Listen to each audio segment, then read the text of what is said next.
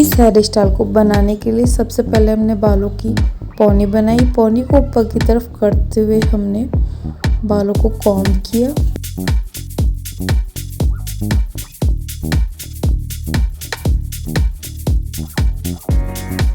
फिर बालों को हल्का सा लूज करते हुए बालों में एक फूल बनाया।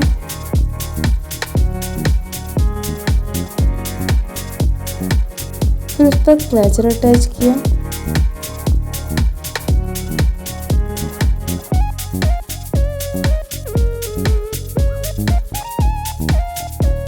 बाकी बचे हुए बालों को हमने फूल और क्लेचर के चारों तरफ राउंड राउंड किया।